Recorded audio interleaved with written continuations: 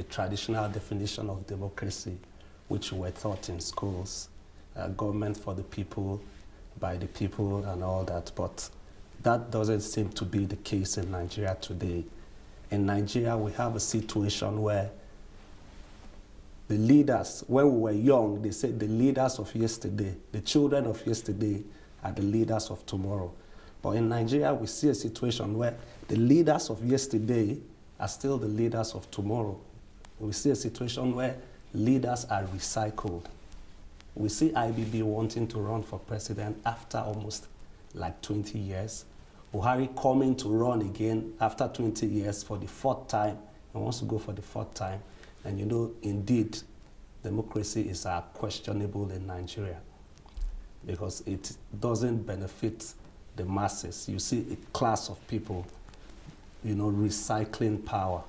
So that is basically what democracy is all about in Nigeria. Okay, so Nigeria started celebrating democracy in 1999. Between then and now, 13 years later, what sectors can we say have really benefited from democracy? Yeah, if you look at the Nigerian economy, one sector that stood out so far is the banking sector. You know, if you look at the financial services, that's the most buoyant. If we take out oil and gas, that's the driver of the economy, and the banking sector has stood out. And matter of fact, is still even standing out.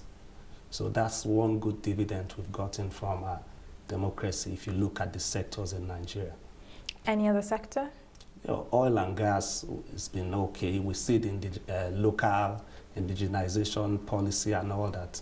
So we see growth. We see Nigerians, you know, doing business as opposed to, you know, foreign companies coming to take up major shares.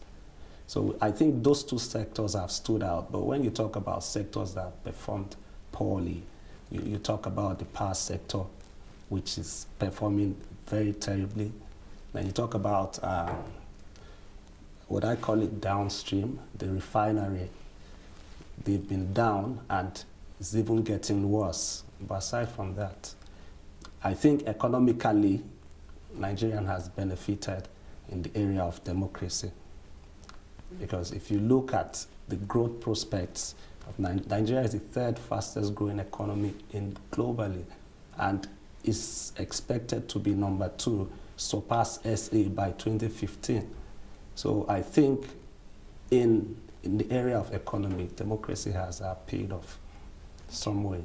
Okay. Now you mentioned that globally Nigeria is the third fastest growing economy, and I think that's interesting because I wanted to find out from you, how does the rest of the world see Nigeria in terms of their democratic rule? I mean, how are they receiving us and responding to our form of democracy? Okay, I'm sorry to say this, the West or the other part of the world, yes, they think we have democracy in quote and unquote, but what matters to them is the ability to do business and make gains in Nigeria.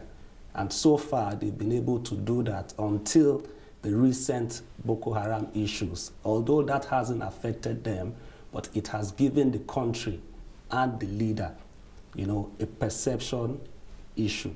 He's perceived to be not in control. And that has affected foreign investment coming into the country because they think, you know, there's a lot of flip-flop in the executive. They say a thing today, they say another tomorrow. So they don't see any seriousness there. 2, there's the issue of corruption. Corruption is getting, you know, we are sinking deeper and deeper down in that mire of corruption. Until that is checked, we might have issues. So in your opinion, I mean, Nigeria's risk reputation at the moment would be at what on a scale of 1 to 10? Yeah, at the last check, I happen to be a council member for Eurobonds Country Risk. It's a panel for sovereign risk experts and global economists, and I cover Nigeria. At the last count, Nigeria was 48, it's come down to 38, and now it's going to 36.5. So it's dropping, and it might continue to drop until they see something serious. You know, they see some form of commitment in the area of government. They need to see some probes. They need to see government fighting democracy They need to see, power improve. It has to go beyond mere talk. They need to see the fruits. Now, like you mentioned, we need to see some probes, we need to see accountability in what takes place in our economy. In terms of the House of Assembly and the House of Representatives, we see a lot going on, but everyone has sort of noticed that our PIB bill, which is still a work in construction, has not come through, and it's been several years now. I mean, what are your comments on that in terms of democratic rule? Yeah, I know the executive said they have 3 or 4 PIB bills running in the House, so they don't know which is which. You understand? And I wouldn't blame that is one area where the corruption is thriving in the petroleum industry. So they don't want to bring transparency there. When you talk about the House, the ex-president Obasanjo recently called them crooks, and that's what they are showing out to be crooks, because they can't even take a stand. They say a thing today. How come they have 4 bills running in the House? You understand? So I think something needs to be done in that area. Something has to be done. And finally, just to round up, Max, in terms of dealing with some of our serious democracy issues, what advice would you put out there to our leaders? Yeah, one, reputation risk is a big issue. Before you come out to speak, be sure you know what you're talking about. And once you speak, don't flip-flop, because when you say a thing now and you see another thing tomorrow, it shows, weakness and the fact that you are not in control or on top of your game. So I think they should watch what they say, because what they say carry a lot of weight in terms of, trust and all that, foreign and local, basically. 13 years ago today, Nigeria set up the celebration of Democracy Day with a public holiday. We took to the streets of Lagos to find out what Nigerians feel about democracy in their country.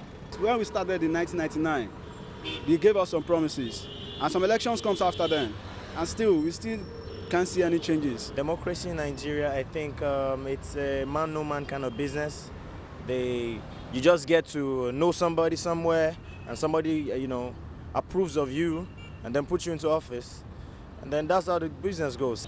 We still have a long way to go in Nigeria for us to have that democracy we are actually pledging for.